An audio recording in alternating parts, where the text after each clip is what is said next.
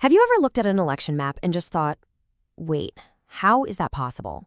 How can a state that's split, pretty much 50-50 down the middle, end up sending a delegation to Congress that's almost entirely from one party? Well, it's not magic, and it's not super complex calculus either.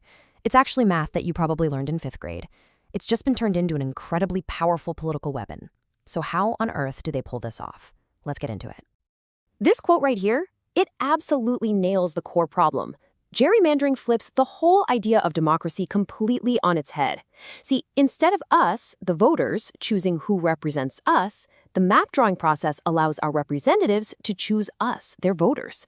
It's how they can basically guarantee they'll win before a single vote is even cast. Right. That's the million-dollar question, isn't it? It sounds way too simple to be true. But the strategies used to twist and distort our political maps, they really do come down to basic arithmetic and geometry. It's this fascinating story, really, a kind of political arms race that's been escalating for centuries. And believe it or not, it all started with a salamander. Okay, so to really get what's going on, we have to rewind the clock. We need to go back to the very beginning to see how this weird word, gerrymander, even became a part of our language in the first place. So picture this. It's 1812. The governor of Massachusetts is a guy named Elbridge Gerry, and he signs off on this new electoral map for his state that has this one really, really weird-looking district designed to help his party. Well, a cartoonist at the time took one look at it, thought it looked like a salamander, and boom, he mashed Gerry's name together with salamander. And just like that, the gerrymander was born. Now, you can't just draw whatever crazy lines you want. There are a few ground rules. The biggest one is equal population, the whole one person, one vote idea. The districts also have to be contiguous, meaning all in one piece, no little islands of a district floating around somewhere else. And then there's compactness. In theory, districts are supposed to have, sensible shapes. And it's this last rule, compactness, that tends to be the first casualty in the gerrymandering game. All right, so with those basic rules on the table, how does the real manipulation actually start? Well, it boils down to two main strategies.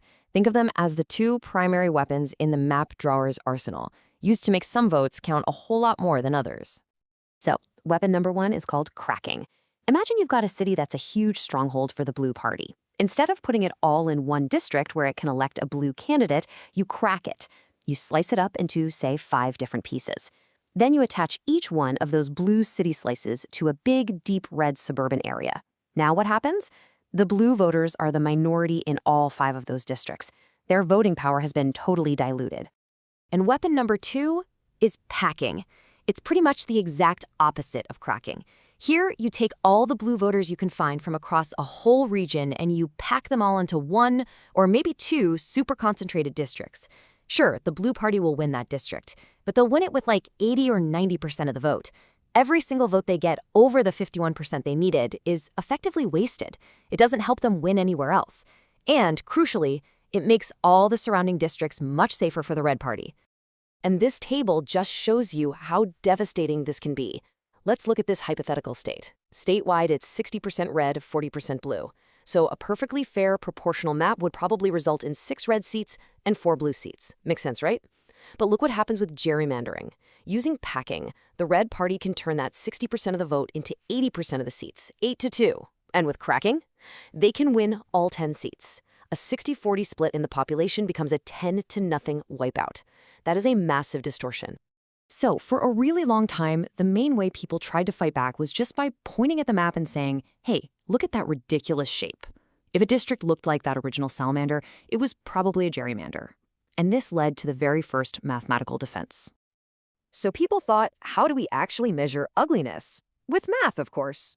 They came up with something called the Paulsby-Popper test. It basically compares the shape of a district to a perfect circle. A perfect circle gets a score of 1, and the more sprawling and bizarre a district gets, the closer its score gets to 0. It's a way to put a number on just how weird-looking a district is.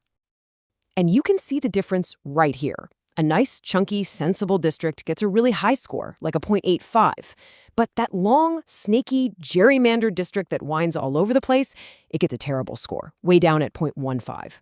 So for the first time, we had an objective way to flag suspicious shapes. But here's the catch. The map drawers got smarter. And their computers got a lot more powerful. They figured out how to draw districts that were still incredibly biased towards one party, but looked, well, pretty normal. They looked reasonably compact. They learned how to game the test. And that meant the defenders of fair maps needed a much better weapon. And that, right there, is what brings us into the modern era. We are now in a full-blown computational arms race between the people drawing the maps with supercomputers and the people using their own supercomputers to check them for fairness. You can really think of this arms race evolving in 3 big stages.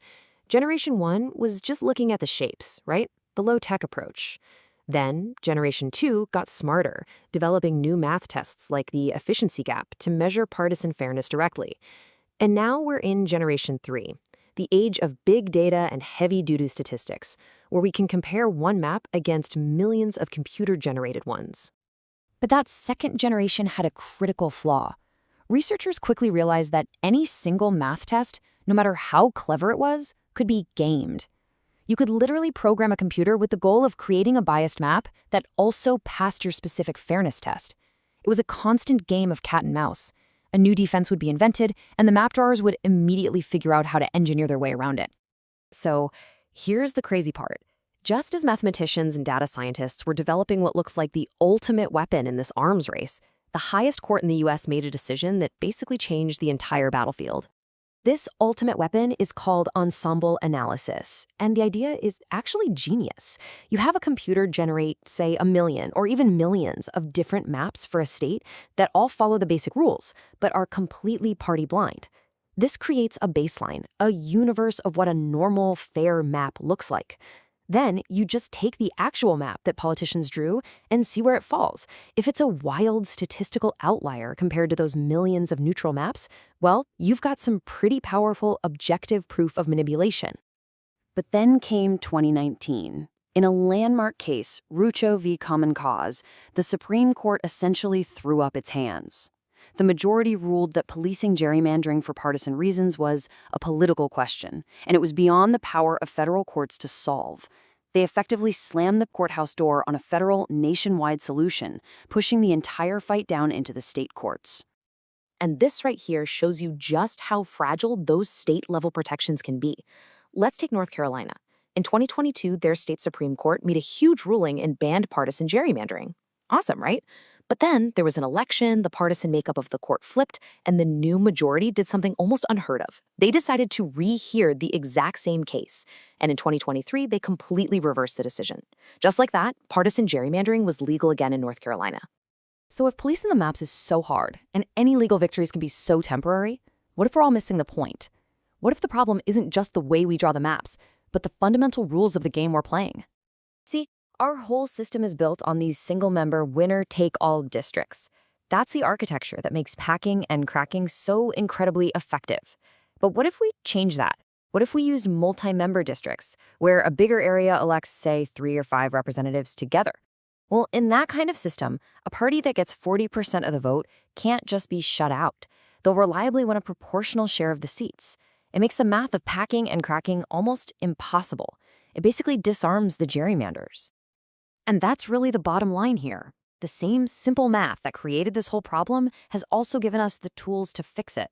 We can measure it with incredible precision, we can fight it in the courts, and we can even design entirely new systems where it's not really a problem anymore.